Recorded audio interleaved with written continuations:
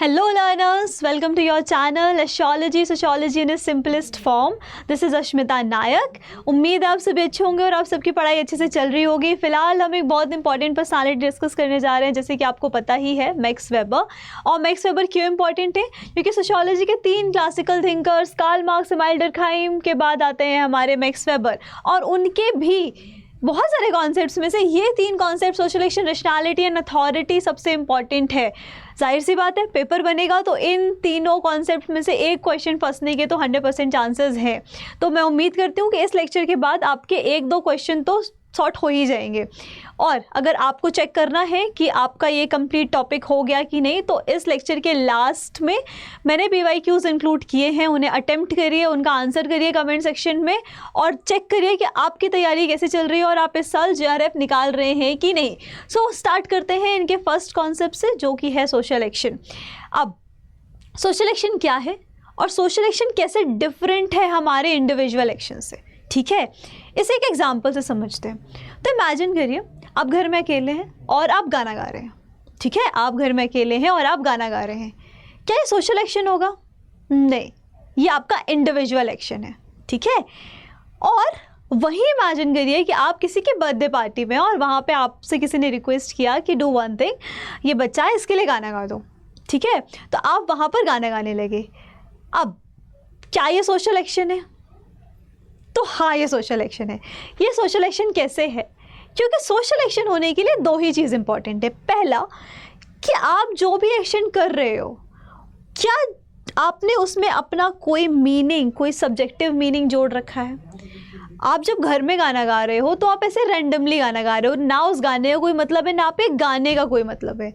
लेकिन वहीं पे जब आप एक बर्थडे पार्टी में गाना गा रहे हो तो आप एक गाने का भी मतलब है, आपने उसके साथ एक मीनिंग अटैच की हुई है कि मैं बर्थडे में इस बच्चे के लिए गाना गा रहा हूँ. साथ ही साथ वहाँ पे जितने लोग बैठे हुए हैं वो भी आपको अप्रिशिएट कर रहे हैं, शायद कुछ झेल भी रहे हो, ये भी बोल रहे हो कि भाई बस जल्दी ख़त्म करो, है ना? तो कुल मिला के दूसरे भी इन्वॉल्व हैं. क्लियरली जब आप घर में थे ना कोई दूसरा इन्वॉल्व था, ना ही कोई मीनिंग अटैच थी. बट वहीं जब आप पार्टी में थे तो मीनिंग भी अटैच थी और दूसरे भी इन्वॉल्व थे. यही 2 कंडीशन है हमारे सोशल एक्शन होने की. तो अकॉर्डिंग टू मैक्स वेबर, एक एक्शन तभी सोशल एक्शन है जब उसमें 2 चीज़ हो. पहला तो जो एक्टर है, जो उस एक्शन को कर रहा है, उसने उसके साथ कोई ना कोई मीनिंग जोड़ रखी हो. दूसरा, दूसरे को इन्वॉल्वमेंट हो, मतलब या तो वो सेक्शन से अफेक्ट हो रहे हो या तो वो सेक्शन को अफेक्ट कर रहे हो, तभी वो सोशल एक्शन होगा. अगर वो किसी को ना अफेक्ट कर रहा है ना किसी से अफेक्ट हो रहा है तो वो सोशल एक्शन नहीं है, वो आपका इंडिविजुअल एक्शन है. आई होप ये चीज़ क्लियर होनी चाहिए, ठीक है? जैसे एक और एग्जांपल से समझते हैं. आप जा रहे हैं, आप गाड़ी से जा रहे हैं और आप, that is your individual action. आप ड्राइविंग कर रहे हैं, वो आपका इंडिविजुअल एक्शन है.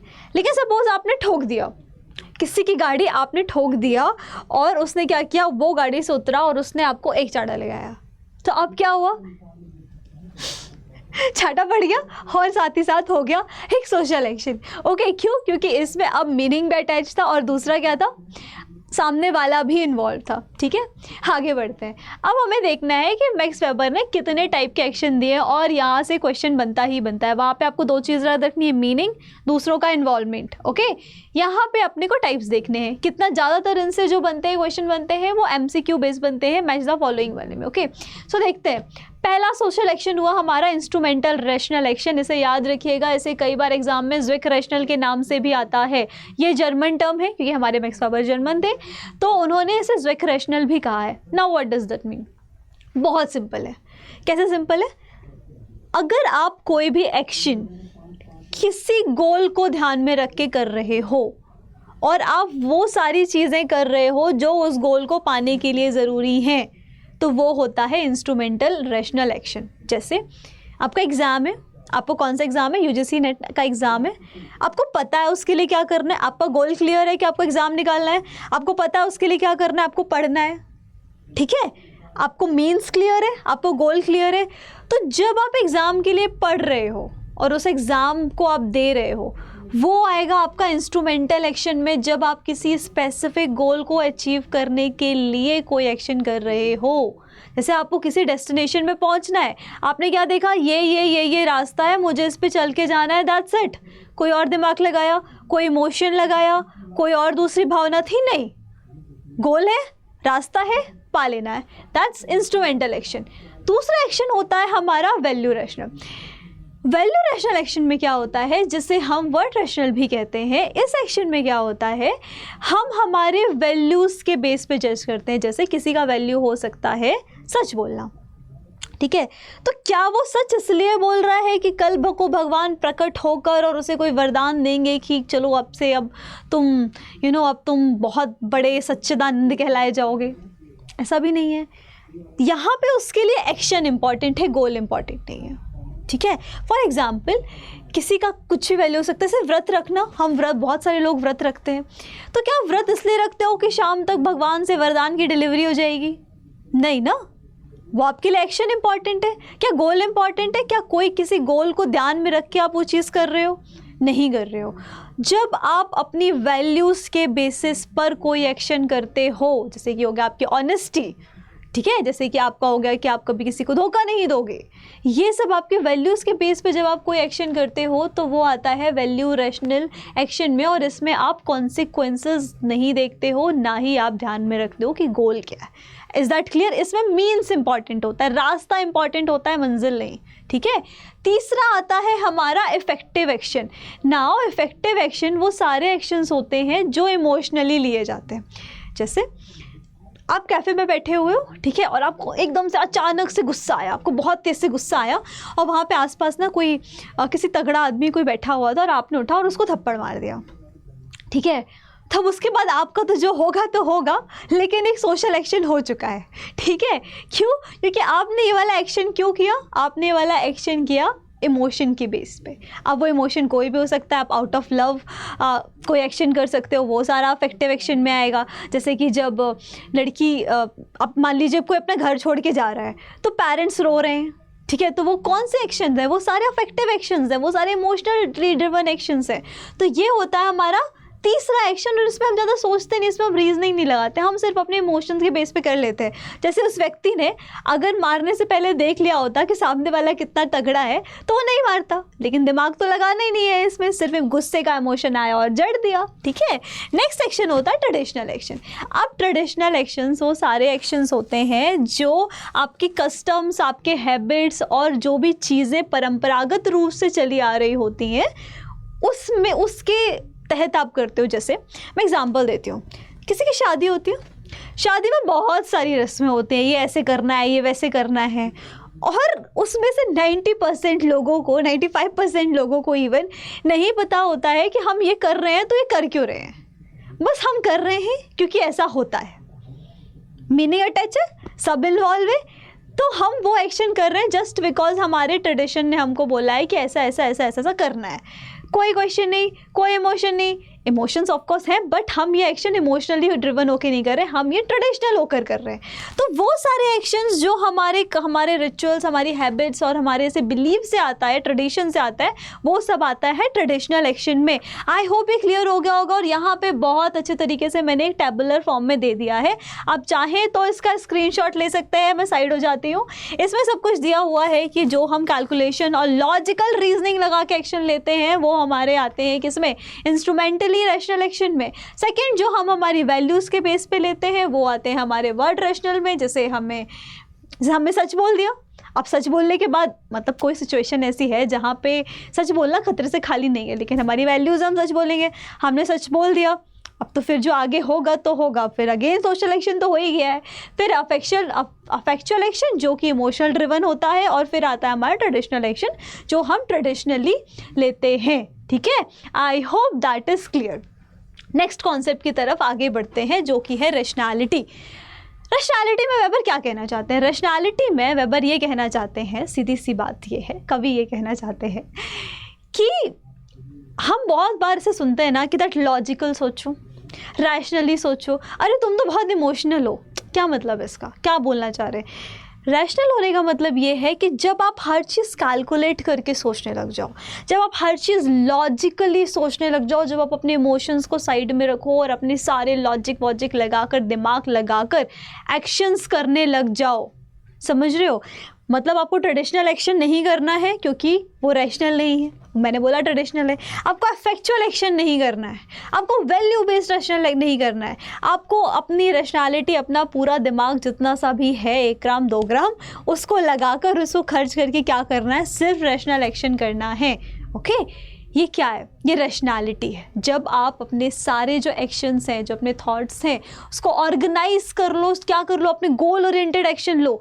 ये ज़रूरी है, ये करना है, as simple is that. Exam है, पढ़ना है, जो कि आप बिल्कुल नहीं करते हो। खैर, आपको भी रैशनैलिटी की ज़रूरत है यहाँ पे। एग्ज़ाम है, पढ़ना है, बात ख़त्म, एज सिंपल इज दैट। ठीक है, ये होती है रैशनैलिटी। जब आप अपने इमोशंस नहीं, अपनी तर्क शक्ति, अपने लॉजिक के बेस पर डिसीजंस लेते हो, दैट इज़ रैशनैलिटी। ठीक है, अब रैशनैलिटी के भी टाइप्स हैं। तो क्या टाइप्स है? रैशनैलिटी का पहला टाइप है हमारा प्रैक्टिकल रैशनैलिटी। प्रैक्टिकल रैशनैलिटी में क्या होता है? प्रैक्टिकल रैशनैलिटी में जैसे हम हमारी डेली लाइफ देखते हैं। डेली लाइफ में हम बहुत सारी चीज़ें करते हैं। ठीक है, डेली लाइफ में हम मार्केट गए, हमने बार्गेनिंग करी, हम क्या कर रहे हैं? हम प्रैक्टिकल रीजनिंग यूज़ कर रहे हैं कि नहीं, हम प्रैक्टिकल रैशनैलिटी यूज़ कर रहे हैं कि नहीं, कि अगर मैंने इस प्रोडक्ट पे बार्गेनिंग कर ली तो मैं अपने पैसे बचा सकती हूँ। क्या मेरे इमोशंस इन्वॉल्व है? क्या कोई ट्रेडिशन इन्वॉल्व है? कुछ इन्वॉल्व नहीं है। क्या इन्वॉल्व है? Practical rationality. सीधी सी बात ये है। तो जो हम अपने रोज़मर्रा की ज़िंदगी में जो प्रैक्टिकल होकर चीज़ें करते हैं ना, ये जैसे चोट लग गई, क्या कर लिया हमने, हमारा कुछ भी ऑइंटमेंट है, कुछ भी लगा लिया या डॉक्टर को दिखा दिया। क्या है ये? प्रैक्टिकल रैशनैलिटी है कि ऐसे ही करना है। ठीक है, और ये तुरंत इमीडिएट गोल्स को अचीव करने के लिए होती है। मैंने बताया कि हमारे सेल्फ इंटरेस्ट से भी ड्रिवन होती है। सेकेंड आता है हमारा theoretical rationality. Now theoretical rationality क्या होता है? एक बहुत एग्जाम्पल समझते हैं।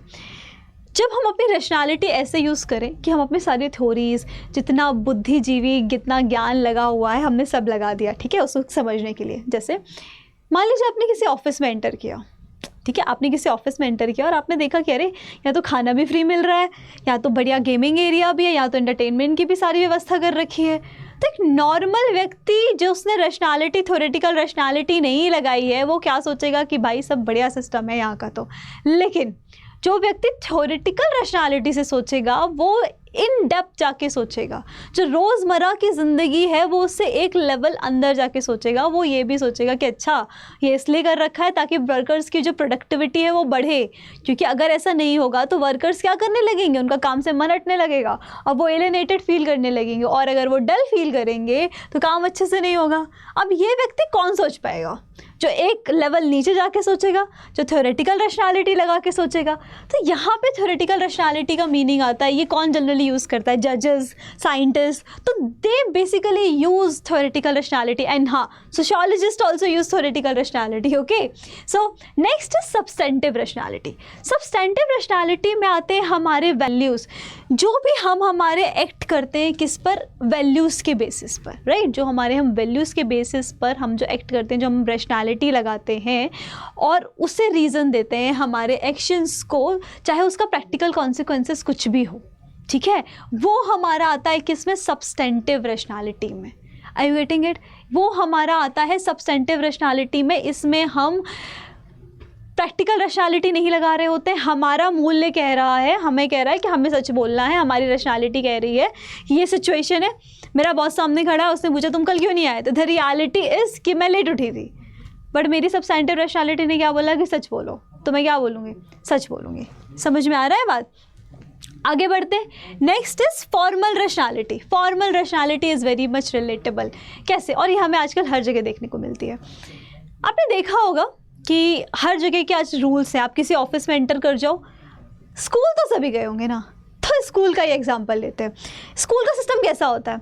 स्कूल में एक यूनिफॉर्म होती है जो आपको पहन के जाना है। सैटरडे और वेडनेसडे क्या होता है? वाइट पहनना है, नेल्स कटे होने चाहिए, शूज़ साफ होने चाहिए, ये इस टाइप के रूल्स होते हैं। जिस टाइम जो टाइम दिया उसी टाइम आना है, फिर प्रेयर होगी, फिर ये पीरियड होगा। पॉइंट है सब कुछ कितना सिस्टमेटिकली बटा होता है। इसके बाद ये करना है, इसके बाद ये करना है, इसके बाद ये करना है। एक प्रोसीजर, एक रूल्स में सब कुछ पिरोया होता है। और जब हम इस तरीके से काम कर रहे होते हैं कि हमें सिर्फ रूल्स फॉलो करना है, हमें जो प्रोसीजर दिया हुआ है वो फॉलो करना है, तभी सिस्टम बना रहेगा। अब सोचो अगर स्कूल में सब रूल्स फॉलो नहीं करेंगे तो स्कूल का क्या होगा, है ना। ये है हमारी फॉर्मल रेशनैलिटी कि अभी रूल्स एंड प्रोसीजर फॉलो करने में ही हमारी अच्छाई है। आई होप ये चारों क्लियर हो गया होगा। नहीं हुआ है तो प्लीज़ इसका स्क्रीनशॉट लीजिए। और ये सब एक ही लाइन में दिया हुआ है। जैसे हमारा सब्सटेंटिव रेशनैलिटी का एक और एग्जाम्पल दिया हुआ है, क्या, डोनेट करना। कि हम बहुत ज़्यादा अर्न कर रहे हैं और हमें आया क्योंकि फ़ाइन इतना ना चैरिटी में दे देते हैं। क्या हमने यहाँ प्रैक्टिकल रेशनैलिटी लगाई? नहीं लगाई। क्यों नहीं लगाई? क्योंकि यहाँ पे हमने जो डोनेट किया है वो हमने वैल्यूज़ के बेसिस पे किया है। ओके, तो ये हो गया हमारा सब्सटेंटिव रेशनैलिटी का एग्जांपल, जो कि हमारे वैल्यूज़ एंड एथिक्स से गाइड होता है। आगे बढ़ते हैं ब्यूरोक्रेसी पे। अब ब्यूरोक्रेसी पे आने पे मैं पहले एक और चीज़ आपको ये बताना चाहती हूँ कि जब वेबर बात करते हैं किसकी, फॉर्मल रेशनैलिटी की, फॉर्मल रेशनैलिटी और ब्यूरोक्रेसी बहुत ज़्यादा एक दूसरे से कनेक्टेड है। क्यों कनेक्टेड है? क्योंकि ब्यूरोक्रेसी में क्या होता है, एक सिस्टम होता है, एक प्रोसीजर होता है, रूल्स एंड रेगुलेशंस होते हैं जो आपको फॉलो करने होते हैं, ठीक है। और ये कहीं ना कहीं फॉर्मल रेशनैलिटी का ही तो पार्ट है, राइट। तो फॉर्मल रेशनैलिटी सबसे ज़्यादा किस में होती है? ब्यूरोक्रेसी में होती है। एक और ज़रूरी सवाल, एग्ज़ाम में ये भी पूछा जाता है कि सबसे ज़्यादा ज़रूरी कौन सी रेशनैलिटी है अकॉर्डिंग टू वेबर। वेबर ने सबसे ज़रूरी रेशनैलिटी किसे कहा है? तो the answer is formal rationality. Please keep this thing in mind, ये पूछा जाता है, ठीक है। अब फॉर्मल रेशनैलिटी क्या होता है? फॉर्मल रेशनैलिटी कहाँ सबसे ज़्यादा होती है? तो ब्यूरोक्रेसी में। अब ब्यूरोक्रेसी से आप ये मत समझिए सिर्फ कि हाँ सिर्फ IAS यही से ब्यूरोक्रेट्स होते हैं, नहीं। कोई भी ऐसी जगह, कोई भी ऐसा ऑफिस स्ट्रक्चर जहाँ पे प्रॉपर रूल्स रेगुलेशंस फॉलो होते हैं या ये सारे फीचर्स फॉलो होते हैं, वो ब्यूरोक्रेटिक है, ठीक है। देख लेते हैं कौन कौन से स्ट्रक्चर हैं, इससे आप समझ जाएंगे कि कैसे ऑफिसेज में ब्यूरोक्रेसी होती है और ब्यूरोक्रेटिक स्ट्रक्चर होता है। सबसे पहले तो हायरार्की ऑफ अथॉरिटी होती है। क्या मतलब है इसका? आपने देखा होगा, आप कभी अगर शायद कलेक्ट्रेट गए हो या कभी किसी ऑफिस गए हो ऐसा प्रॉपर, तो वहाँ पे ना एक हायरार्की होता है। पहले मैनेजर होगा, फिर उसके ऊपर कोई और होगा, फिर उसके ऊपर कोई डायरेक्टर होगा, फिर CEO होगा। इस तरीके से पूरा एक लाइन पर बना रहता है कि पहले आप चाहें तो आप डायरेक्ट जाके ऊपर वाले बंदे से नहीं मिल सकते हैं कि आप ना CEO से मिलना है, ऐसे नहीं होता है। आपको पहले प्रॉपर अपॉइंटमेंट लेना पड़ेगा, पहले ये वाला सॉर्ट करने की कोशिश करेगा जो उसके नीचे काम कर रहा है, फिर ऊपर, ऐसे धीरे धीरे स्ट्रक्चर होता है, ठीक है। तो एक हायरार्की होती है अथॉरिटी में। कोई डिसीजन लेना है तो कौन लेगा? ऊपर वाला लेगा, CEO। कोई मैनेजर आके नहीं बोल सकता है कि सुनो कल से ये रूल्स एंड रेगुलेशंस हैं, तुमको फॉलो करना है। तो एक प्रॉपर स्ट्रक्चर है जो फॉलो होता है। सेकंड, डिवीजन ऑफ लेबर और स्पेशलाइजेशन होता है। क्या मतलब होता है इसका? एक व्यक्ति सारा काम नहीं कर रहा है। जैसे हर बड़े ऑफिसेज में या गवर्नमेंट में क्या होता है, मिनिस्ट्रीज बटी होती है, फाइनेंस का काम कोई पर्टिकुलर इंसान कर रहा होता है, हेल्थ से रिलेटेड काम कोई और कर रहा होता है, मीडिया से रिलेटेड काम कोई और कर रहा होता है। तो क्या होता है, जो जिस काम में अच्छा है वो वही करे, यानी स्पेशलाइजेशन होता है। एक व्यक्ति एक काम करते करते क्या होता है, वो स्पेशलाइज्ड हो जाता है। और दूसरा डिवीज़न ऑफ लेबर हो जाता है, ठीक है, कि हर व्यक्ति को काम बटा हुआ है और उसको अपना अपना ही करना है और उसी में एफिशिएंट होना है और स्पेशलाइज्ड होना है, ठीक है। इसके अलावा फॉर्मल रूल्स होते हैं और रेगुलेशंस होते हैं, सब रिटन है। आप किसी भी ऐसे प्रॉपर ऑफिस में जाओगे ना, तो वो आपको रिटन फॉर्मेट में ना एक रूल्स दे देंगे कि ये हमारे इधर के रूल्स हैं and you will have to follow that. Even in school वो आपको बता देते हैं कि देखो ये रूल्स हैं हमें और ये आपको फॉलो करना है, राइट। इम्पर्सनैलिटी होती है, मतलब क्या होता है कि वहाँ पे आपके पर्सनल कनेक्शंस की वजह से नहीं चलते। अगर आप ऑफिस में हो और भले जो आपके CEO हैं वो आपके पापा हैं, लेकिन the moment you enter in that office वो आपके पापा नहीं रहे हैं, अब वो कौन हो गए, वो सर हो गए। समझ में आ रही है बात? तो यहाँ पे पर्सनल रिलेशंस की ना कोई जगह नहीं रह जाती है, सब कुछ इम्पर्सनल हो जाता है ब्यूरोक्रेसी में। Second is merit based recruitment and competence. क्या मतलब इसका? कि आपके चाचा विधायक है, पापा विधायक है, ये सब नहीं चलता है यहाँ पे। अगर आप काबिल हो, अगर आप मेरिटोरियस हो तो आप ऊपर जाओगे, नहीं तो कुछ नहीं, ठीक है। सीधा जिसमें काबिलियत है वही ऊपर जाता है, बाकी ये सोर्स वगैरह नहीं चलते हैं किसमें, ब्यूरोक्रेटिक स्ट्रक्चर में। Next is career orientation and full time employment. इसमें कोई पार्ट टाइम ब्यूरोक्रेट नहीं होता है कि हाँ चलो मैं 5 से 7 ना आज ना ब्यूरोक्रेटिक स्ट्रक्चर में काम करके आऊँगा, मैं ये रोल प्ले करके आऊँगा। अगर कोई ब्यूरोक्रेटिक स्ट्रक्चर में है तो वो बहुत लॉन्ग टर्म के लिए है और वो फुल टाइम काम है, ये कोई पार्ट टाइम काम नहीं है।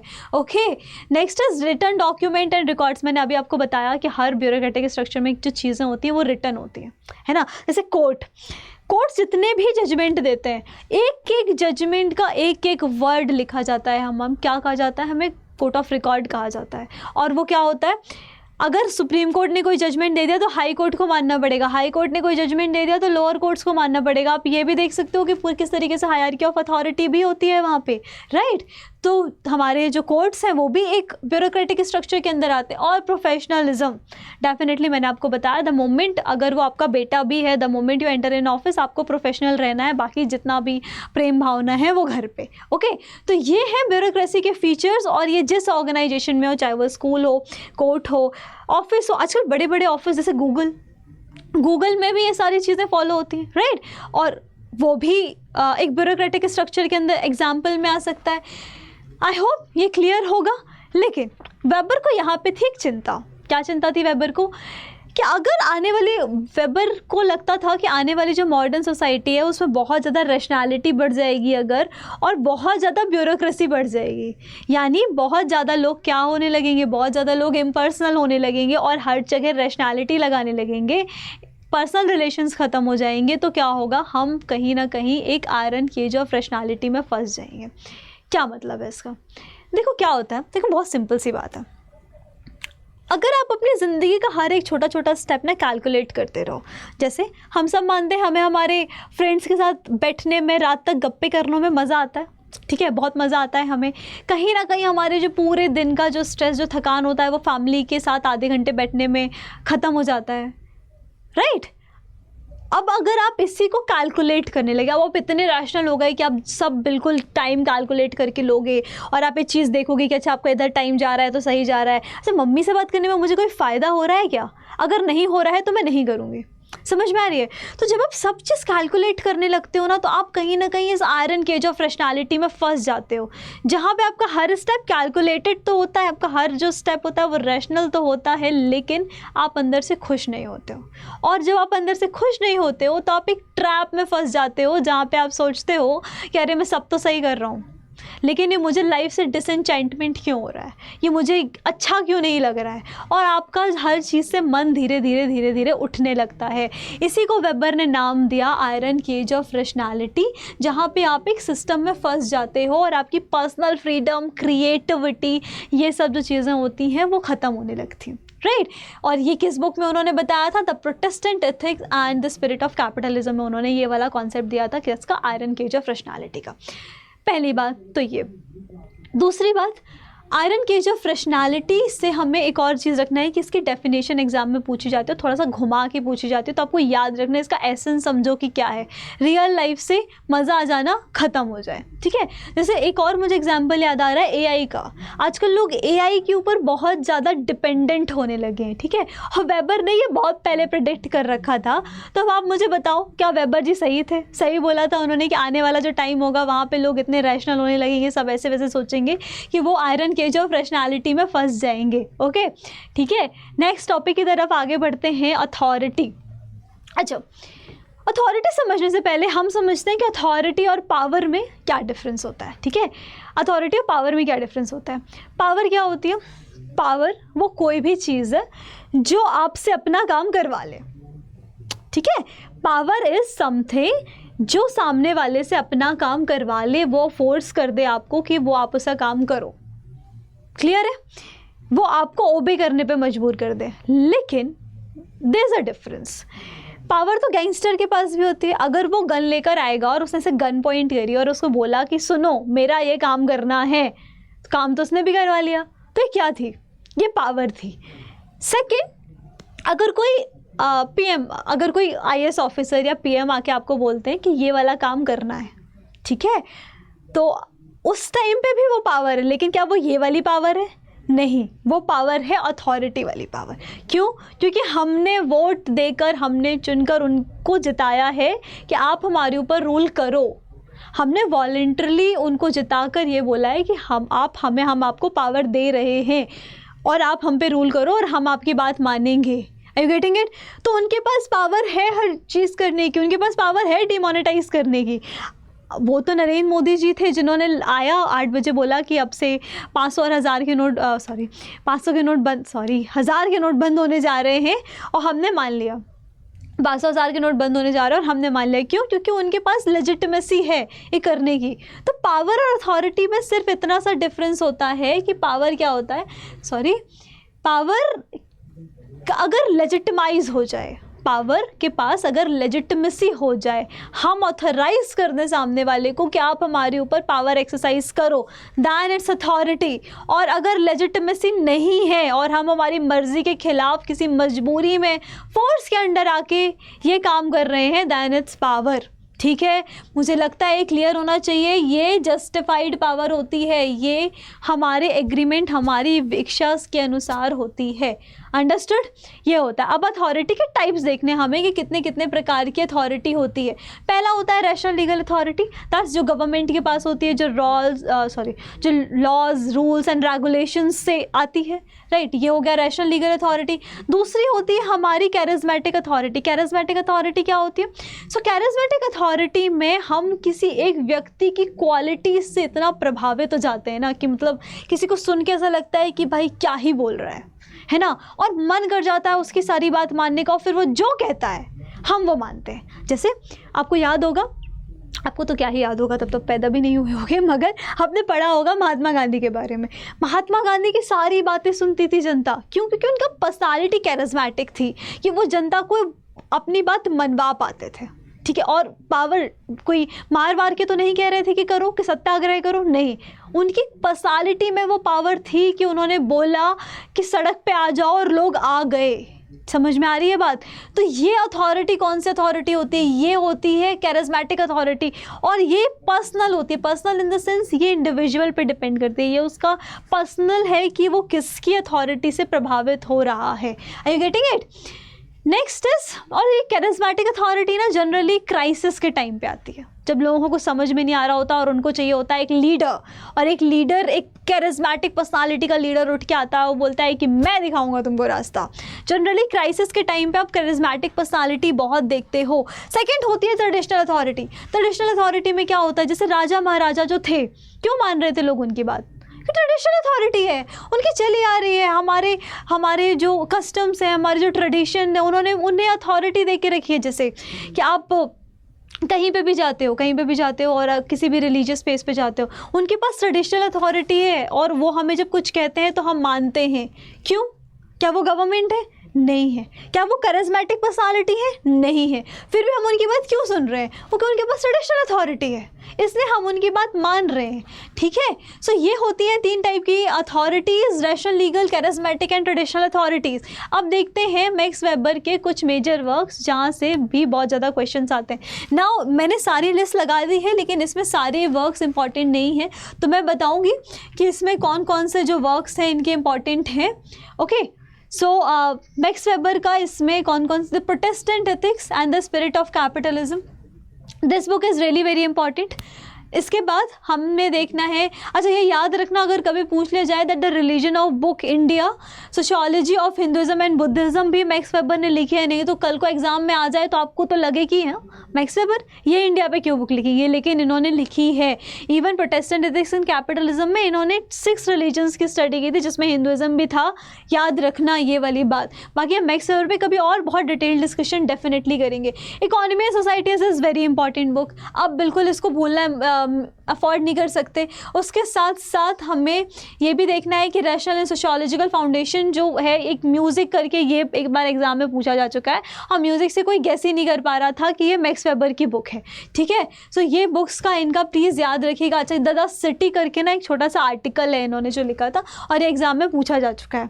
ठीक है, तो इसे प्लीज़ याद रखिएगा। मैक्स वेबर की जो इंपॉर्टेंट बुक्स है ना वो कम है, इससे क्रोनोलॉजी बेस्ड भी क्वेश्चन बस बनते हैं, तो इसके थोड़े से ईयर भी जो है वो दिमाग में रखिएगा।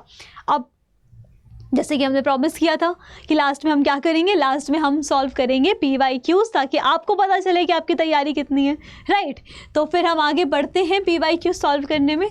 पहला क्वेश्चन तो क्या है, पहला क्वेश्चन ही पढ़िए। Weber's notion of formal rationality refers to what. अभी हमने बोला कि वेबर का फॉर्मल रेशनैलिटी कौन सा होता है। फॉर्मल रेशनैलिटी मतलब क्या है, फॉर्मल रेशनैलिटी है जिसमें हम क्या कर रहे हैं, हम जो हमारे गोल ओरिएंटेड एक्शंस हम ले रहे हैं, जिसमें क्या है, एफिशिएंसी है, ठीक है, जिसमें हम क्या कर रहे हैं, हम रूल्स फॉलो कर रहे हैं, हम प्रोसीजर फॉलो कर रहे हैं, वो है हमारा क्या, फॉर्मल रेशनैलिटी। क्या ट्रेडिशनल वैल्यूज़ फॉलो होती हैं इसमें? बिल्कुल नहीं होती हैं। किस में होती हैं, ये आप कमेंट सेक्शन में बताएंगे।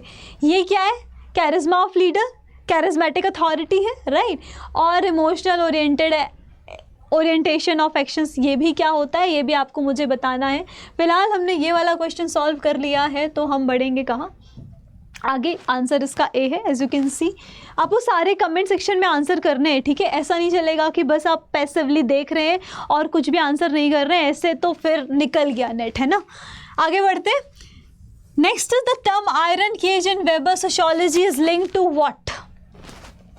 प्रोटेस्टेंट एथिक्स नहीं, प्रोटेस्टेंट एथिक्स एंड कैपिटलिज्म में तो उन्होंने ये वाला कॉन्सेप्ट दिया था, ये वाला तो आंसर नहीं हो सकता है। ट्रेडिशनलिज्म, ऐसी तो उन्होंने कोई बात ही नहीं करी। ट्रेडिशनल एक्शन की बात करी है, ट्रेडिशनलिज्म की बात नहीं करी।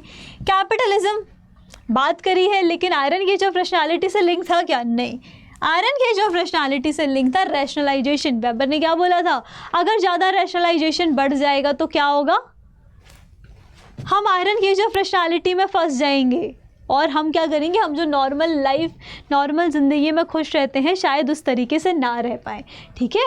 उसके बाद जब भी मैंने बोला है नॉट आए, उसको प्लीज़ ऐसे 2-3 बार सर्कल कर लो, क्योंकि ज़्यादातर क्वेश्चन तो ऐसे ही गलत हो जाते हैं।